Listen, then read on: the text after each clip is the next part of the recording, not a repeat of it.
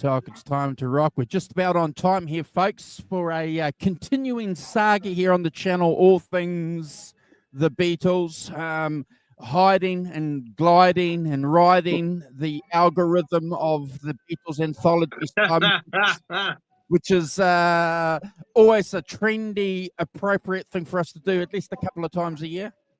Yeah, 100%. Exciting times, Steve, for Beatle fans.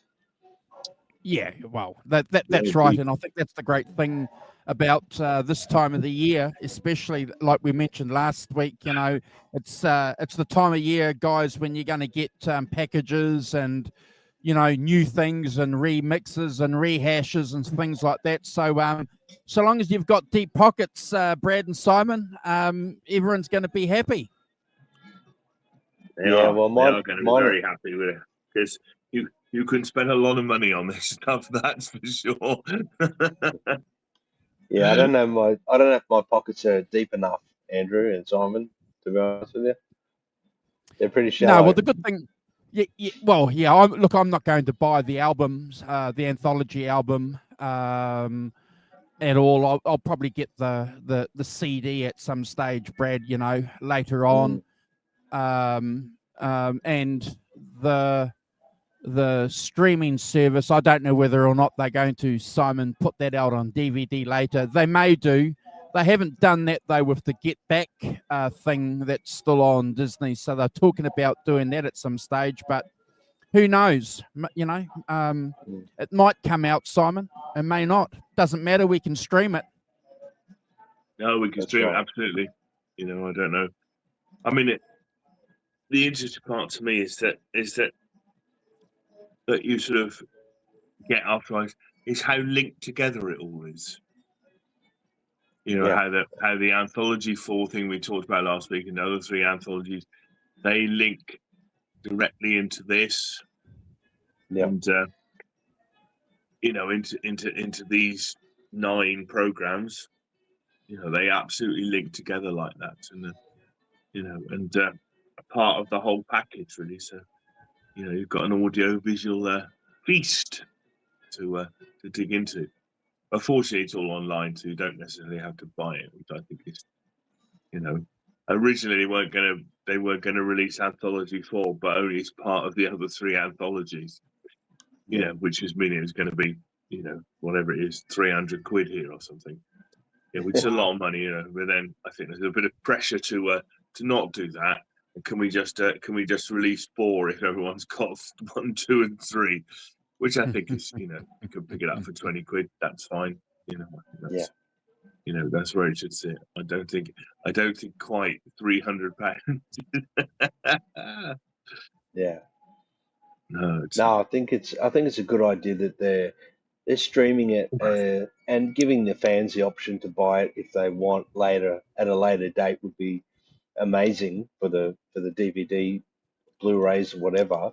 But Blu-ray.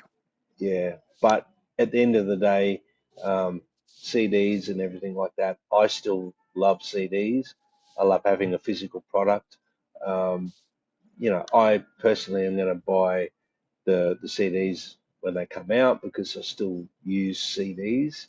But hey, that's just my choice. But we've got the option to stream them, Spotify for the music and Disney Plus for the visual. Yep. Yeah. Although there's some interesting things about the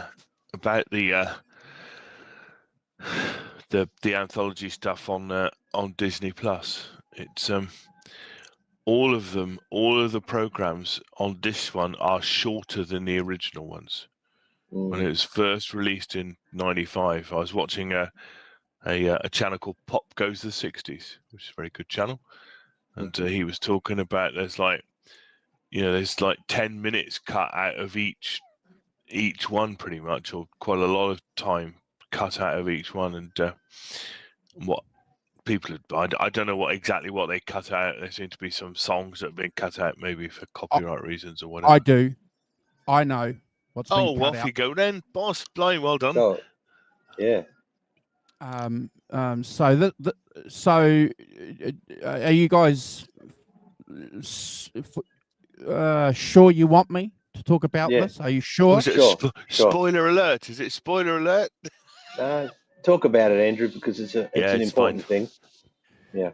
Okay, right. So this is a perfect example of why you have to have, as an example, real books, real Yeah. CDs, Brad.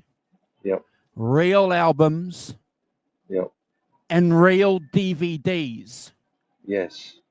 Because what they've done with this new anthology series, it's not the same product. They are completely different, and people need to know that. If you want, in my opinion, and I've only seen 3, but unfortunately I went and read some reviews after I watched the first 2, guys. So I watched the first 2 and I went and watched some reviews, and I was blown away by what I read and what was taken out of this new Disney compilation that they're dishing out for people to watch.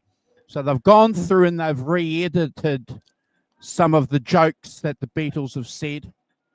They've re-edited the Morecambe and Wise skit where John Lennon pokes fun at intellectually handicapped people. They've re-edited, well, they've completely taken out George Harrison's comment about slightly gay fellows in France turning up to see them at a gig. So, and that's fine for the producers. They have an agenda to do that. That's fine.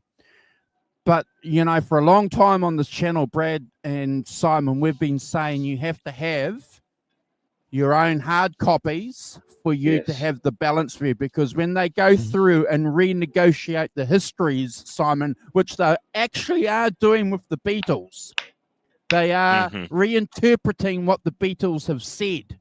So when they say anthology, this anthology series is the Beatles in their own words, it fucking isn't. It's some of their own words. Some of it. Yeah, it's a bit disappointing when you put it that way, Andrew, because I did notice, I haven't watched all of it like you guys have. I've watched the first 2 episodes at this point, and I noticed there was quite a bit missing. I haven't read anything about it, so I'm glad you've clarified that, Andrew, because I was sure that there was parts missing that I remembered from the original anthology series. So that is why I also have been saying for many years on this channel, Andrew, that it's always good to have the physical product. My only hope is that they may have edited the material for Disney Plus, and then when it goes to, if and when it gets released on Blu-ray or DVD, hopefully it's the full. It won't be. No, it'll be the Disney one. Wow. Okay. Yeah. Disappointing. Yeah. Well, it's that. See, that's a very difficult area, isn't it? I agree. I don't think you should be editing this stuff. Mm. You know, I think you should. You know that they are. Some things are of their time.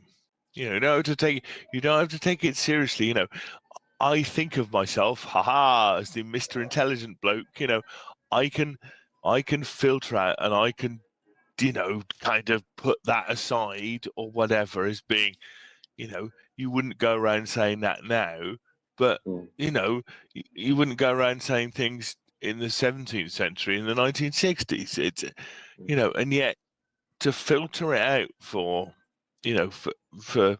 really no good reasons. I mean, John Lennon, gay Frenchman is hardly like the most terrible insult in the world, is it? No.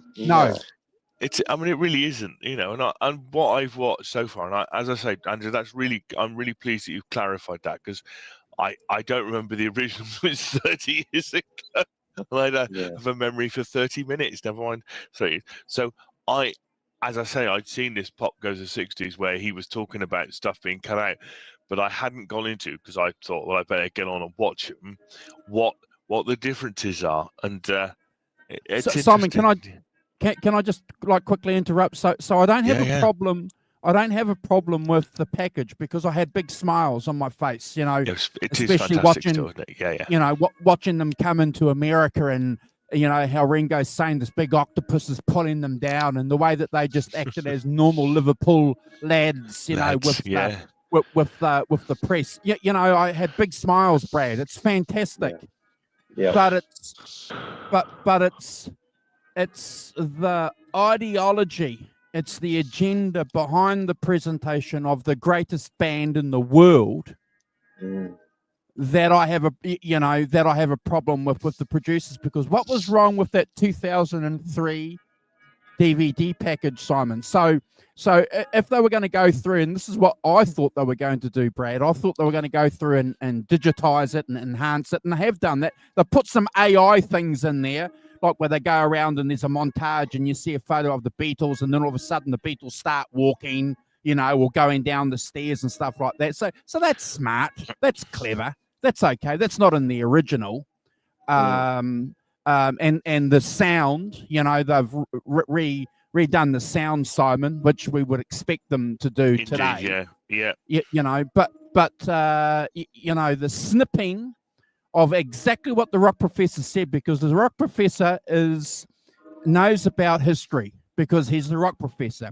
The rock professor also has a PhD in geography, so he also knows that geography takes into account people, because geography doesn't exist without people telling stories, and people are telling stories in 1962, Brad, and they're telling stories today, right now in 2025.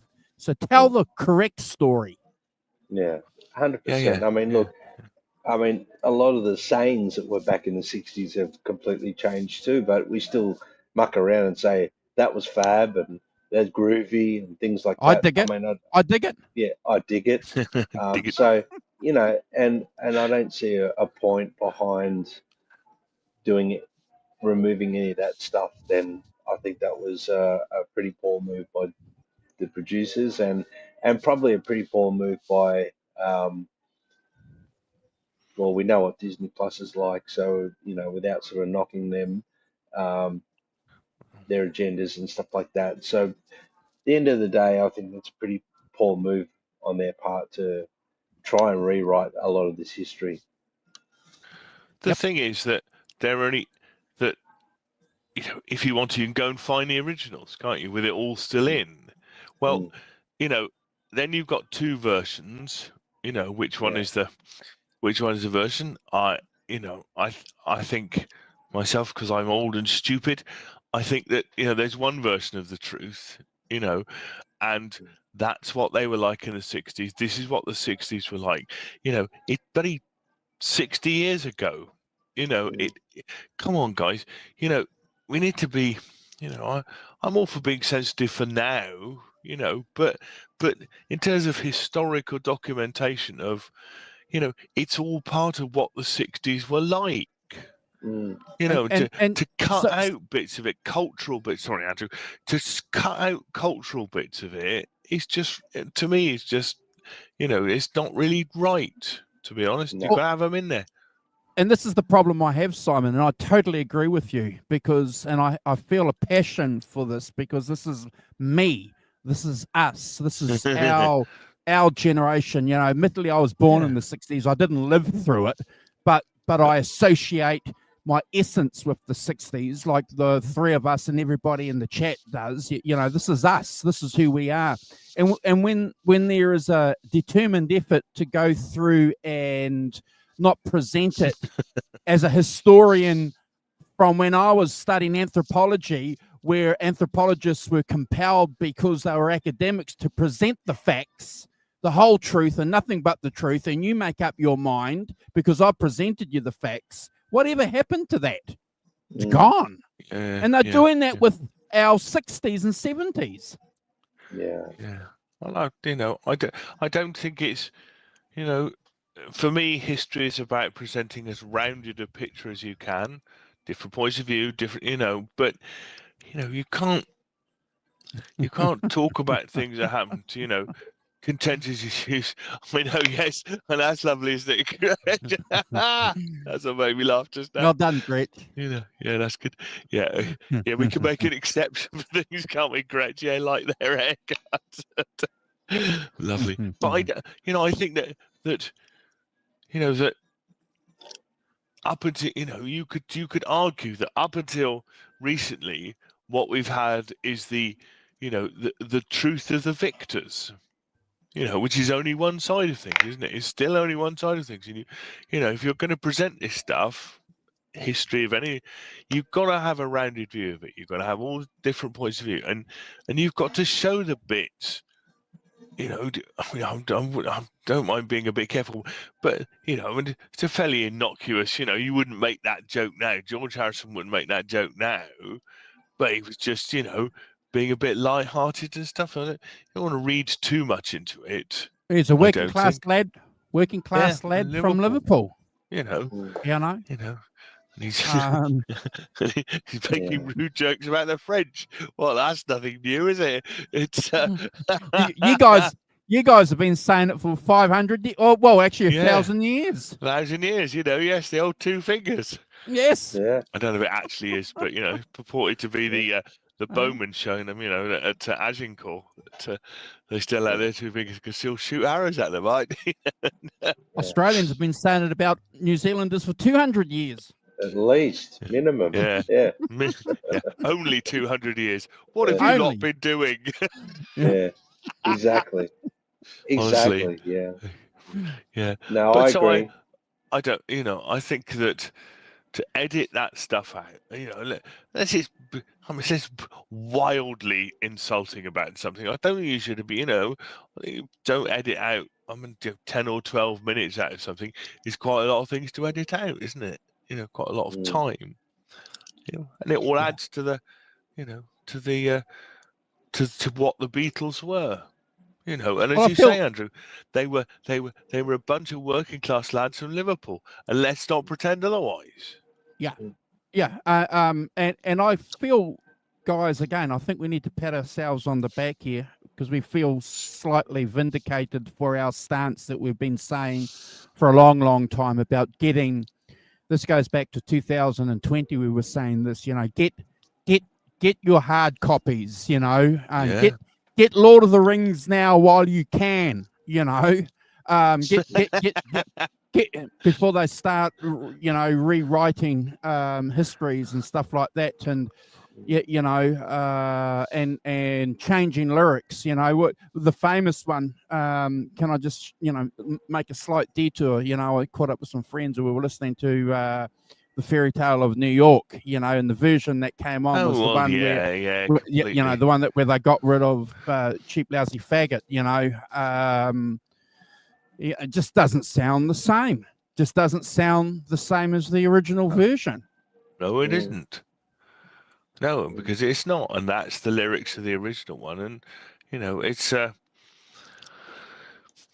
it's what did I hear? I heard the other day that there's a Elvis Costello's Oliver's Army. Yes. Which contains the N-word in the original. White niggers, yes, yeah. Yeah. Well, they don't. You can't do that now, but you can. But they play a kind of. Because it was playing around, I thought they're not going to play this, are they? Really? Yes, with a different version. But I didn't realise that. I think they cut out the whole verse actually. But wow. But that was. Andy thinks. Andy thinks that you guys. He thought that you guys were still at war with the French. We are, Andy. It's a perpetual thing. It's like perpetual motion.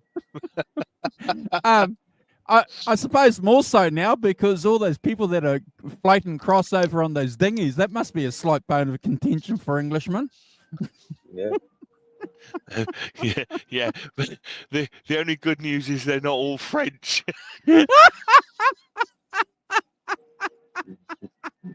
Well done. Can you say that? Well, they say you can make a joke about anything. If I'm about to destroy the channel, guys, I'm sorry. Yeah. Oh well, it is funny. It It was is there to be funny. hit, though, wasn't it? Yeah. Okay.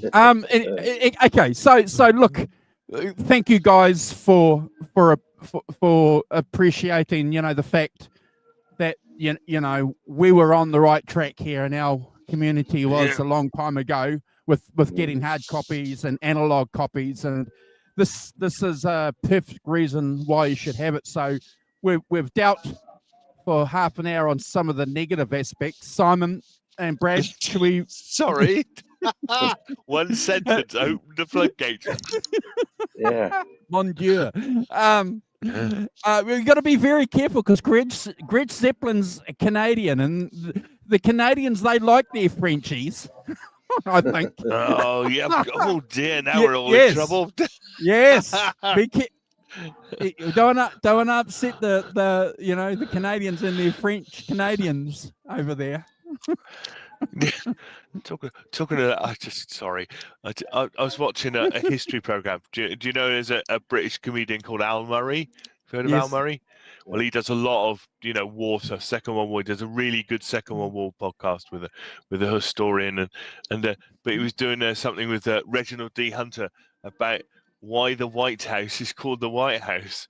The White House is called the White House because the Brits blew it up with these crazy bombs, and to get out of it, the French and the Americans painted it white to try and disguise the fact it had been blown up. We're still winning. Geez. I thought that was lovely. That's really funny. And to be fair, we've got John ZD351 in the Morning, chat John. too. Well, To be fair, New birthday, Zealand had a strong Yeah. French colony here in Akaroa before the British came and actually state claim. So we could have fallen under the French. We could be speaking French. Fallen And under if the French. Yeah, I could be Yeah. speaking where would you French with be? you. Yeah. Bonjour, Ha- tout le monde.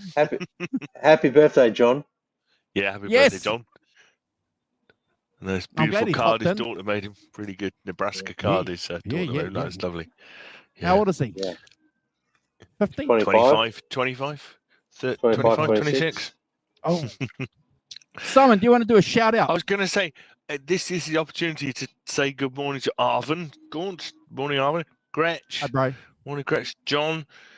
I've got Digital Guitars UK. That's Andy, isn't it? Morning, Andy. Hope you're well. Good to see you. And Jonas Halberg as well. Recovering Jonas. from your hip operation, Jonas. Hope you're up and about and Yeah, he's off the too much crutches. crutches. Oh, lucky him. If only I were off mine. But anyway, Simon, behave. So that's it. And Ellen as well. Ellen's in too. Good morning, Ellen. We hope you're good too. And Can I tell you guys a story? It's a true story. Can I tell you Tell a us story? a true story. Come on. Story time. Okay. Huddle All around right. the fire. Okay, right. And this is information for you, Simon, for Jonas in particular. So a good friend of mine is a medical professional. Anyway, we have here in New Zealand, we have this organization called the ACC, which pays out if you have accidents and stuff like that. They pay you for your treatment and stuff, and your benefits, etc. If you have an accident at work. Anyway, the ACC now have got the stipulation that if men, when they have knee operations and when they have hip operations and they're getting better during their rehabilitation, they say to them, now, when you go home and you get the missus and you're going to do some lovey love time, just don't thrash it because you Mind your knees. yeah, mind your knees and your hips, because we don't want you coming back on Monday.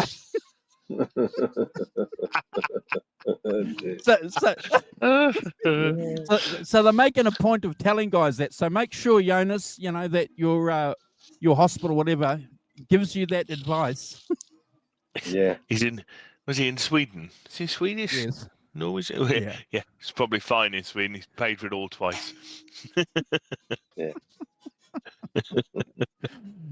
Okay. Anyway, What a detour. what we're talking about? Oh, it's the Beatles. Yes. Yeah. Don't go home and thrash about. Okay. Yeah. Yes. Thank you. Yes. Oh dear. So yes, back to the Beatles that we were discussing. I think that it's, as I say, that the important bits are that all this anthology stuff ties together. It ties together with the anthology album releases. The enhanced sound stuff that Giles Martin's been doing. It ties in with this. So you're looking at much more, and I think that also it has elements of what what's his name, Lewisham is doing. When he's like, mad, Beatles book with every hour of every day is accounted for 3 times, kind of thing. But I think that there is a tie-in with that in terms of certainly I've watched the first 5, and there's that sort of tie-in, and clearly they don't have the audio visual stuff for that sort of detail, but there's a lot of small details. There's lots of clips of there's clips of the Quarrymen and clips of this, that, and the other. Them doing bits and pieces and clips of stuff from the day that they've used to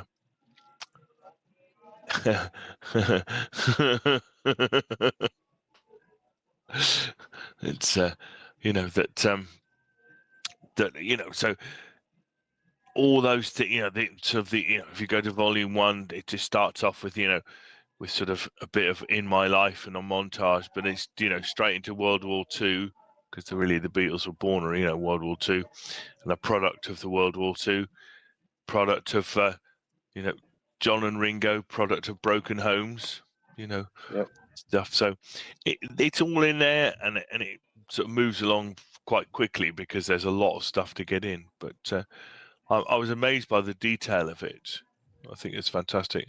And yes, I didn't particularly notice the AI thing, so that was probably quite good. It just slipped in, and I wasn't paying attention enough to spot it.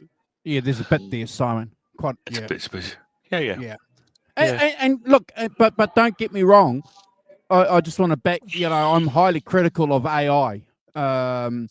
And as you guys know, I admin a couple of groups that are associated with what we do here on Facebook, and I'm forever deleting AI posts because they're just crazy. Some of these posts are just just nuts. But in this situation, having a still move and walk, with the music is It's kind of works. Yeah. It's like everything. AI is the latest two-edged sword, isn't it, to appear in our lives? It's I've found it the other day. I wanted to just redesign a room, so I just put the photograph on AI and just said, take out all the furniture that's in it and put this stuff in.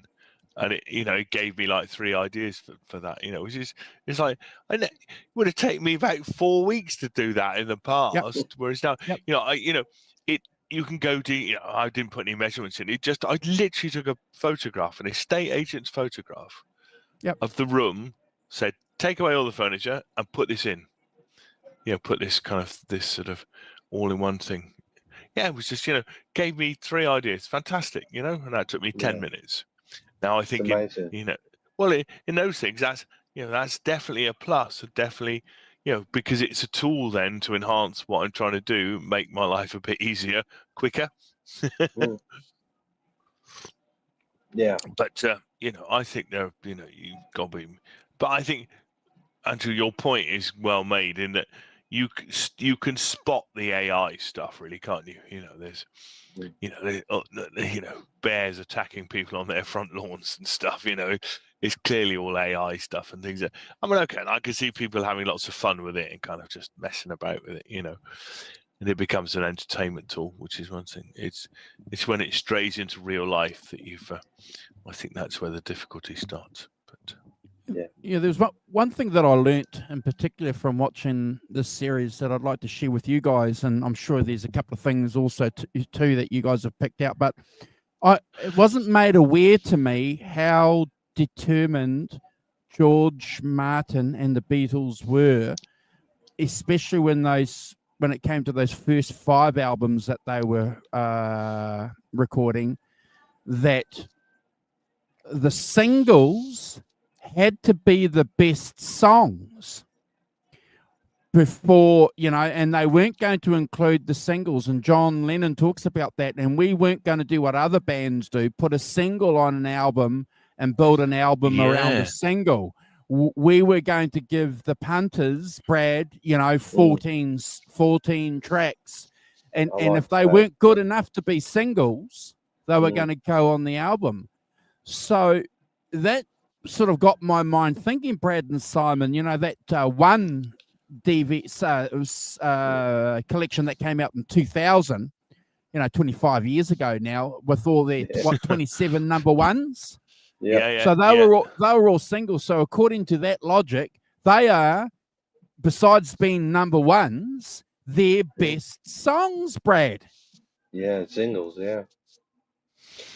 I did like that point as well, and that's something that did resonate with me in a sense where we're in a world now where albums don't really matter that much. It's more about a couple of hit singles by an artist. It's gone the full circle, isn't it? It's actually gone the full circle.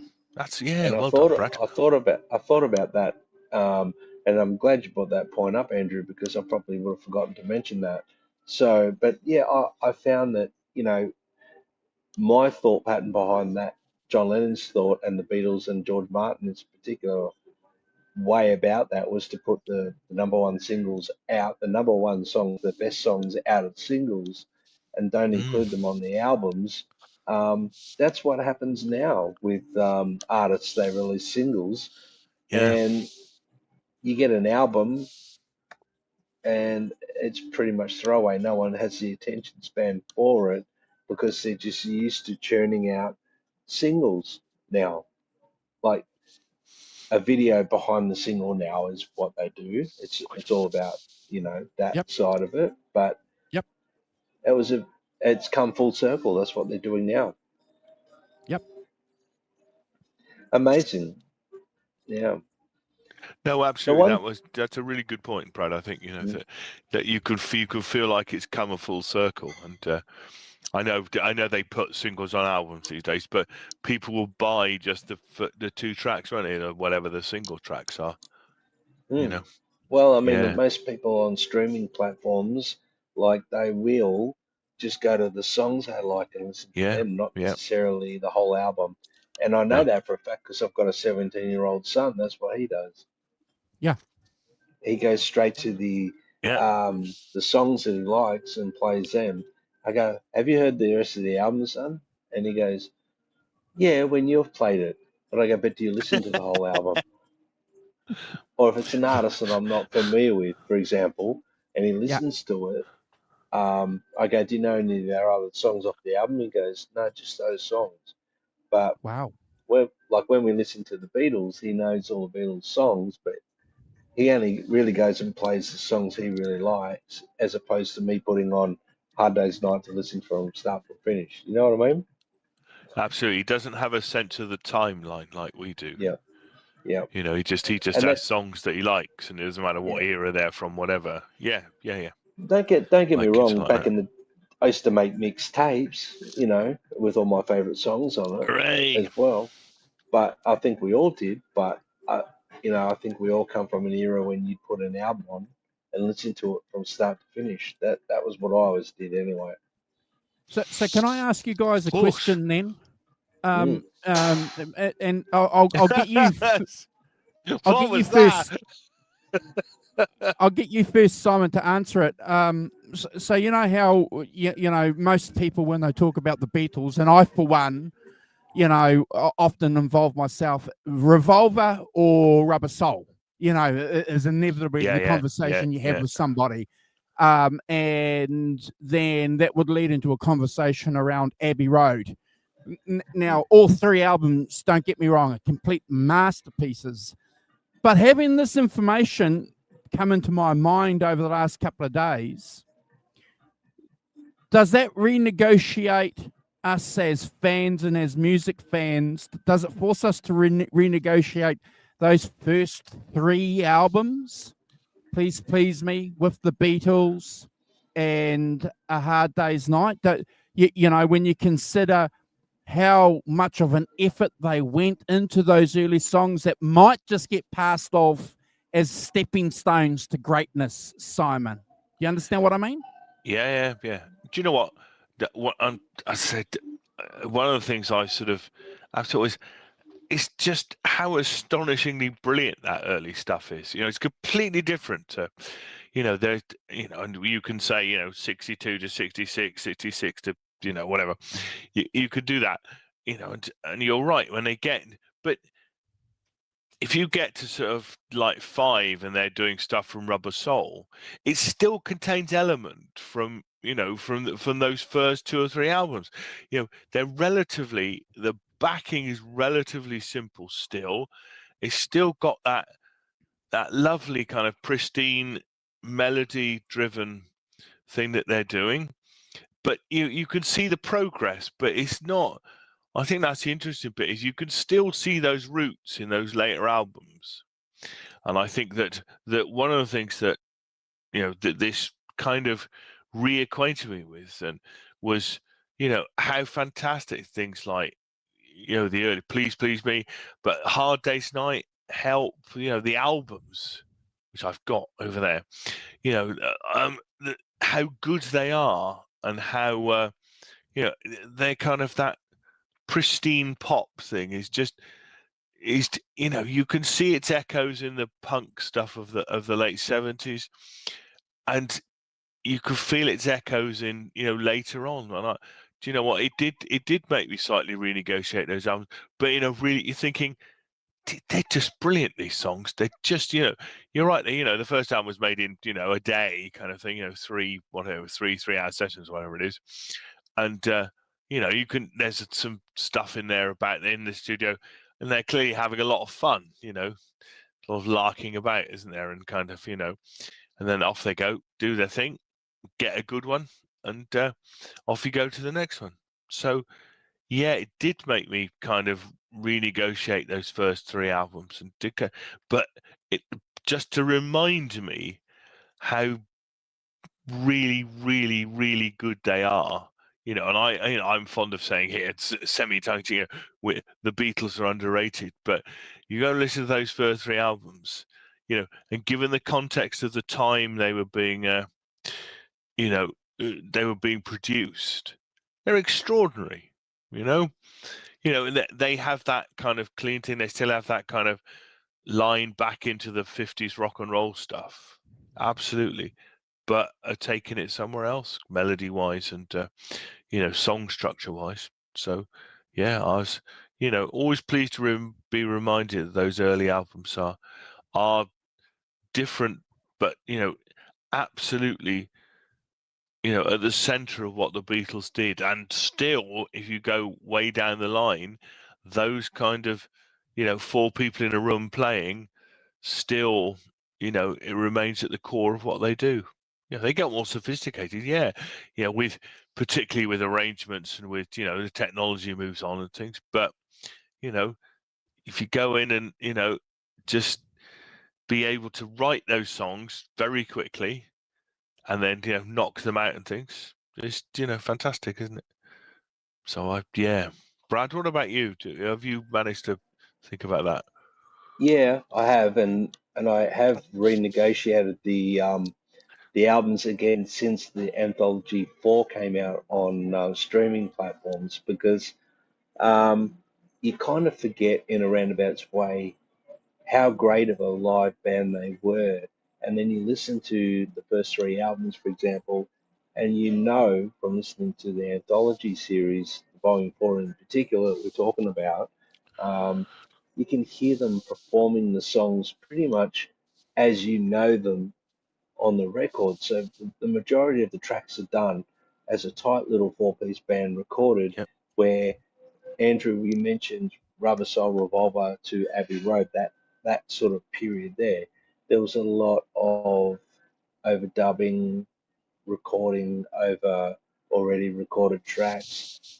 They still did that to a very minimal, like they did that minimally, is what I'm trying to say in the first three albums. But the majority of it, what you're listening to, is just the band performing and doing all vocals live in the studio as take one, take two, take three, whatever it was. Yeah. Where Rubber Soul Revolver, I mean, Tomorrow Never Starts to be Knows, for overdubbing. example, yeah, that wasn't performed live. That was a lot of loops, a lot of this, like they might have laid down the foundation of it, predominantly drums and bass, maybe. Who knows? I don't know. I would have to go through and work out the. What I'm getting at is they didn't perform them in the studio like they did in the first three albums. So there is a mark of greatness in those first three albums, Andrew. To answer your question, that maybe is being overlooked because of the work they did, Sergeant Pepper, the White Album, For sure. you know, I mean, Abbey their Road. epic album, their epic album for me is Abbey Road, but we all know they did a lot of the tracking over the top of them recording just a basic, maybe a drum track with piano, and then they just track the rest, which is, Yeah. when they went, like Get Back's a bit differently. They tried to do it like the early days where they recorded a lot live. But to answer your question, Andrew, yes, it has, made me want to go back and renegotiate those first few albums from watching the anthology on Disney and the Anthology 4, which came out, because you can hear how great they were as a live little band. And the songs were quick pop tunes, belted out within intent. They really wanted to stand out. They had their sound. They stuck to their sound, and you could mix and match the first three albums and say, yeah, that sounds like it's from Please Please Me. Yeah, that sounds like it's like from Beatles for Sale or whatever. But you wouldn't actually know unless you're a fan. You know what I mean? Yeah, 100%. And I think what this has done for me, especially, guys, is uh, forced me, I think, to remember, and often we talk about this. Sometimes we know something, but we're not paying too much attention to this thing that we know until it becomes obvious in a conversation or it's pointed out to you. But I always saw those early albums, Please Please Me, with the Beatles, great albums, don't get me wrong, with great songs and lots of love and fun and energy, as stepping stones to these albums. And there's an argument for that, obviously, because that's exactly what happened. That's history. It's what happened. But what I'm going to do from now on, when I talk about the Beatles and when I'm going to be listening to the Beatles and those albums in particular, Brad, I think for us to get the essence and the real power and the magic, when we do Please Please Me, and we haven't done that album, and with the Beatles we haven't done that, and Hard Day's Night we haven't done that, and Help we haven't done that. So when we go and do these albums, it's going to be very interesting, because I think to get the real power, you just have to situate the fact that these guys were as good as they were back then, Simon. Yeah. And you're right. And when Paul McCartney talks about when, I think it's the song he's describing, From Me to You, when they put in a C minor chord where they would normally not have put a C minor chord in, and he thought, that was great from their perspective as songwriters, because they were putting in different chords, Brad, early on. They certainly changed songwriting a little bit. Like they stepped outside of what would be theory based. You know what I mean? They actually did they did that intentionally, though, guys. They did it intentionally because they wanted to sound a bit different, and I think it really worked for them, obviously. But I think when we do these albums like Please Please Me onwards, Yeah, we are going yeah, to need to probably separate them into 2 episodes per album because there's quite a lot of 14 songs songs. there, Yeah, and there's a lot of content condensed into 3-minute songs, yep, Yeah, good and point. sure. that's the other point, that they recorded songs very quickly, pretty predominantly live, with all the vocals and all the backing vocals and the harmonies and everything live, and a few tiny little overdubs here and there, but the majority of it was done live, 3.5 minute songs max, and they kept them like a formula that worked. And they did a lot of covers in the early days as well as their own songs. I'll give them that. But as obviously they progressed to Rubber Soul and Revolver, um, they got to the point where they had evolved, but that's a short period of time, guys. You're Oh, yeah, talking what, 2 years, 63 was it? 62, 63 Yeah, to 62, 66. 65, 66. Like we're talking about, from the pandemic to now was 5 years, and that's 5 years of the Beatles' career. That's half their career. yeah, it's Yeah, phenomenal. absolutely. Yeah, yeah. And they evolved so much in such a short period of time. I've got another question I'd like to chuck at you, and Brad, maybe you can answer this one. So obviously we're watching the Beatles come in. They have a plan, obviously, and we won't do spoilers if folks have. So they have a plan about how they are going to get to America, and the plan succeeds. They That's go to funny. Yeah, America. that's funny, isn't it? They they come home after conquering America, and it was really interesting from my perspective, and I just want to hear what you guys thought too. These guys, they land, I suppose they're landing at London, Simon. I suppose Yeah, they must be yeah. at Heathrow. Yes. Okay, they're landing at Heathrow, and they've got no idea that there's thousands and thousands of people, English people, waiting to see the Beatles because they've been spending 2 weeks in America, Brad. And the Beatles, when they come walking down the plane, they're honestly, they're shocked to see these people, 10,000 people there. Yeah. and the big smiles. So they must have had some pride, Brad, in being Englishmen. Do you think? 100%. Yeah. Oh, I I think, so too. yeah, I think there was I think they always acknowledge the fact they come from Liverpool, a hard knocks place, and they were from England. That was what they obviously went to America for a reason, but home was England. Yeah, completely. Yeah. Do you know what the interesting thing that made me laugh about that when they went to America was, or maybe that time, that they had four singles in the top 10. They had Please Please Me, they had Yes, and they had Tony Sheridan, their version of My Bonnie was in I the know. bloody US top 10. I hadn't realised that. Did you? That blew me away. Yeah. It's like, good Lord, the sort of, and if you So, listen, it has quite a sort of punky version of it as well. So it's funny. do you know who was buying that album? That single, Simon? Do you know who were buying they were No, go on. the rockabilly guys? Oh, because it's yeah. But I was amazed by that. I was absolutely amazed by it. And I'll just point. There's a couple of other things about it. That at the end of the first thing, the last thing on the first program, there's that girl on the fan who says poignantly, she says, "We knew we'd lost them. They'd go away then." And because they'd moved to, they were Liverpool band, and now they were going to be UK band, and they were going to be based in London, and the sort of Liverpudlian thing we lost them, which I thought it's the classic thing for early bands, isn't it? They're local, they have a local following, fanatical local following, and then somehow they betray that local following by becoming national and international. And then everyone goes in. It's like, and that. She's put it beautifully as well. That just strange kind of like they were our band and we knew that they'd had hits and then we'd lost them because they were going to London and then they were going to America and they'd be the world's band, but actually we were there first I thought that was Yeah. lovely. I thought that was that sort of thing is fantastic. But yeah, the American thing was extraordinary, wasn't it?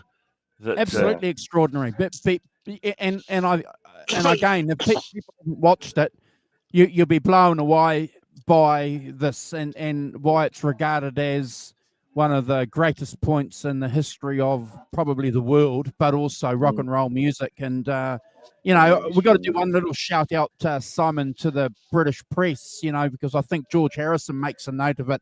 He said, we were beaten up by the British press and we were used to being yelled at and knocked around and kicked in the guts. Yeah.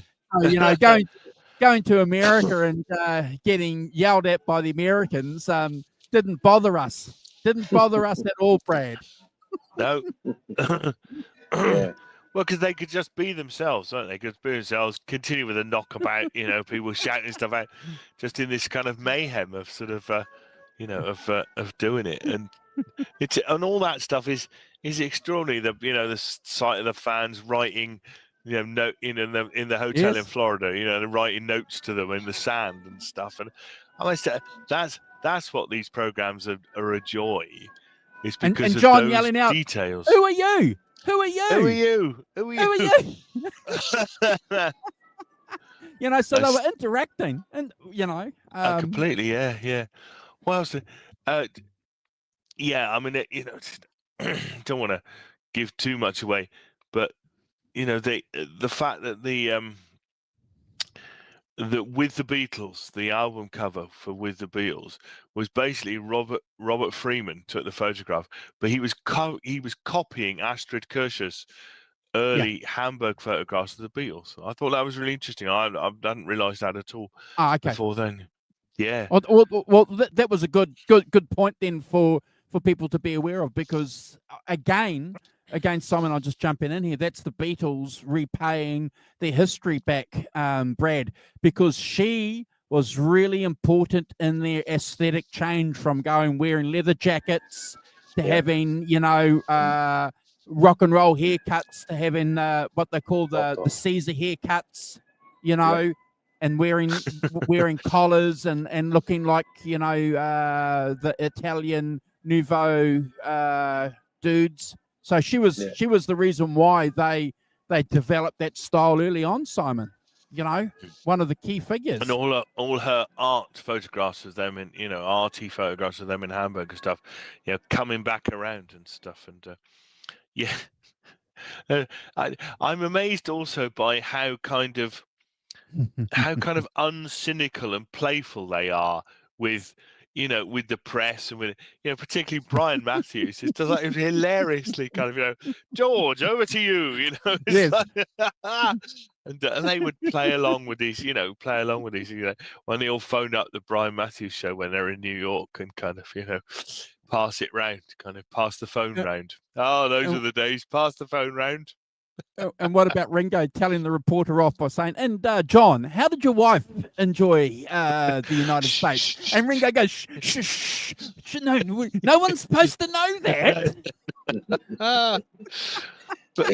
But these days, you'd have to go through 94 PR people, and whereas you could tell they're just in these rooms, and there's like hundreds of people in these rooms, and it's all you kind of the unconfined joy of it, and the kind of that kind of lack of cynicism, and sort of because clearly that, and I know they said, didn't they, that when they were on the way to New York, they were the plane got the message that there were going to be like thousands of people there to and yet they come out waving on the thing, don't they? You see, walking through the crowds, being mobbed and stuff like that. Dear God. I know, and John's going, wow, you can see it on his face, Brad. He's he's going, what?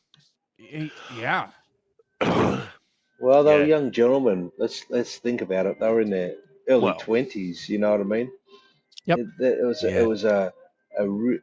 think about when you're in your early 20s. If you were in their shoes, how overwhelming, but how exciting that would be for you as a young man. You've pretty much achieved all your hopes and dream for as a musician, and you're getting that acknowledgement from your people. You're coming home to that. It's like a homecoming to people that have fallen in love with you while Yeah, you've been betraying them over in America. I know. Betraying them. Yeah. Steady now. Yeah. But of course, let's not forget that George Harrison had already been to America. Yeah. Then he'd already been in a completely is it his sister? He went to visit his sister, Correct. who lived Correct. in America, and he said he would go into record shops and say, "Got any records by the Beatles?" Who? Who? No, not the Who, the Beatles. Yes, yeah. But so of course he'd already been as an incognito, a Yeah. scout. Unbelievable. Well, guys, I'm just looking at the time here. You know, Brad's on location, guys, recording, doing something. So I'm just mindful of the time. So we're going to wind up shortly. But look, I just want to appreciate, guys, you know, that we got the first half hour over and done with, and it's kind of a vindication. Again, I'm going to repeat myself for what we've been saying here on the channel for a long time, Simon. You know, if you can get analog versions and hard copy or paperback versions of things and CDs, and you know, it's a good thing. But the anthology that came out in 2003, that it's a completely different animal from what we're watching today. But the second version of anthology that we're watching, definitely, in my opinion, still a treat, Brad. It's still a treat, and it's going to bring a lot of people to love and appreciate this music. And Simon, that has to be a winner. Yeah, absolutely. And I think that the background that these programs they're a social history as much as anything else, aren't they? Seen through the eyes of the Beatles for sure, and what surrounds the Beatles. But you know what people dressed, how people wore, what their attitudes were like. You know, it's all in these things. You know, if you like, in the background. You know, the people. You know, how the people dressed. You know, how they talk to each other and things, and yeah. So I mean, I think that sort of circles back on what we discussed at the beginning. But it's very important to view these things as some kind of social history. You know, the background to, it's not just the Beatles go to America. It's the background of what America was like. And you get glimpses of that. Guys, do we want to continue the Beatles discussion next week and knock that ranking that we had planned on the head? Do we need to just do a wrap up Beatles show next week? What do you? I'm happy to do either way, but I think we need probably a little bit of time to absorb all these episodes and maybe a recap on the whole thing. We could start off maybe. Yeah, it's up to you guys, but I'm well and truly happy with whichever way you guys want to go. Yeah, I think we've concentrated on the first kind of 3 episodes, what we call the black and white period of the Beatles. Okay. And I personally, as I said, I've got up to sort of 5, so I've gone into the colour period. Okay. And I think we'll come back next it's week worth a discussion because cool. the later stuff is very different to now. 100%. And okay. we talk about. Yeah, I wouldn't mind having a talk about those. Because I don't think we've kind of, between the 3 of us, we've kind of knocked it on the head because so we'll come back next week and we'll do the technicolor period of this package and obviously offer our insights and our thoughts and opinions. And obviously John ZD351, he just got here, sorry brother, but but yeah, again, I want to make that point. I think it's an incredible series, and there's a lot of good stuff there, Brad, for a lot of fans, and obviously for guys like us who've been fans for a long time. We're still picking bits and pieces out of it, going, "Oh, I never paid any attention to that, Brad. Oh, I got to remember that, Simon. Oh, yeah." It's exciting. Absolutely, yeah. Still is exciting now to watch it. It's been a long time since I've watched the original anthology series. I will say that I haven't watched it for a very long time. So it still feels a bit fresh to me, even though I've seen the anthology series a number of times back in the day when it first came Sure, out, when it was sure. re-released on DVD. But as time goes on, those sort of documentary type movies and DVDs that came out and everything like that, you don't watch them regularly. There's not something like you put on an album regularly. You don't Yeah, watch them regularly. You might watch them every couple of years, put them on. yeah, Oh, and that's what I'm finding now with watching the 2 episodes that I've watched so far. Um, it's it's like, oh, cool. Oh, and yeah, you even mentioned the word renegotiate the first 3 albums, Andrew, and that's kind of where my mindset has been the last couple of days, yeah, yeah. I look, renegotiating everything. yeah, and I agree too. Because I just think, this band's incredible. And like I said to you, I've had, big smiles, when they broke into singing, I want to hold your hand. I had a big smile on my face, and I could feel, and it's just, that power coming out, Simon, of the song. And, and John Lennon's describing it saying, well, we didn't, it was just a song, it was just like it, and it wasn't, yeah, it was, but it just happened to be the song, Brad, that went to, number one. And, just one interesting little point, though, before we go, so again, very clever young men, because they'd studied the history of artists before them, and they didn't want to go there without a number one and be number 3 or number 4 on the bill, on the headlines, like other acts had done, behind acts that weren't very good. Basically, that's what John Lennon was saying. They were 3 or 4 behind acts, in his opinion, that weren't very good. Dave so Clark 5. that's so you're not going to do well. It's almost like a suicide mission. Yeah, that was funny, wasn't it? We're not going to America until we've had a number one. Yeah, I think the It's way tremendous they confidence of youth, isn't it? Really good. they were very smart, and obviously I like to say back in that era, then I think they're a little bit ahead of their time when it came to, you know, Oh, music, undoubtedly. what they were setting out to achieve, and they were determined buggers. They just pushed hard. They worked very hard.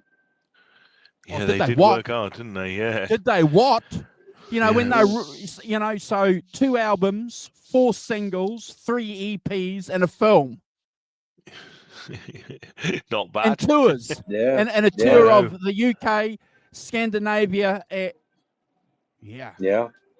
Hardworking young men, and they achieved their goals. Yeah, yeah. There's Uber so talented much. though. There's so much in these things. Like the Andrew, I'll take you over there. When they do the 3-part harmony for This Boy, oh, and they just go into it. It's just like, oh, yeah, all right. Now pay attention, kids. There's no Yeah, auto tune, no nonsense. no, It's 3 people having goosebumps. to sing, yeah, and it's like properly, and they got 3 parts, and they do it beautifully. And and then they nail all it. that 2-part stuff that John and Paul do, that it's like kind of like the Everly Brothers. It's just all brilliant. I love the play when they're playing live. They got 2 Vox AC30s and a Vox bass amp. Yeah. These 2 little, on these things. Like, it's not much, is it? And when you get later, we could talk about them playing it in really No. big stadiums. But Yeah, No, it's not much. It's not much when No. you consider what what other bands had 8 Yeah. years later. yeah, God, yeah, PA systems galore, and in Hard Day's Night, those girls that are on the train. One of them's Patty Boyd. yes, It's I said, but there are dozens of these little things that happen in in these films that you can pick out, and Oh, they're all a joy as far as I'm concerned. 100%. Yeah, yeah. yeah. 100%, Simon. So I'm look, boys, thank you as ever for jumping on Rock Professor and offering us obviously your insight. And Brad from Yep. up in Queensland, bro, thank you. We didn't get a chance for you to give us a rundown about the concert that you went to. Maybe next week, bro, we can spend 5 minutes when you're back home sure. talking about Lenny Kravitz. Mr. Kravitz. Lenny. Mr. Kravitz. Let the cat out of the bag. Yeah. Will do. Oh, if we before we sign off, just was the passing of George Harrison on the 28th, I think, of this month. Yes. So it's fitting to just go and listen to a George Harrison song. See, after this, The look how best album. opposites we are. We're on it. We're right on it.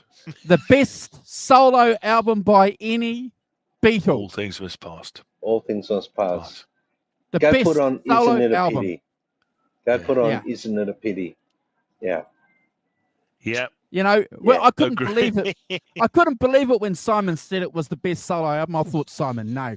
I thought Simon was like a Venus and Mars man. And Brad, when you said it was the best, I thought, no, you're a Plastic Ono band man. I know. I couldn't believe that we actually agreed that that was the best solo album. Still to this day. Yep. Sure is. Sure is. Yeah. God bless you, boys. Yes. We're out of here. Fight us in the argument. Fight us in the comments. That's it. Okay. God bless. See you later. Fantastic. Take care, everyone. Have a good week. We'll see you next week. Bye. Bye.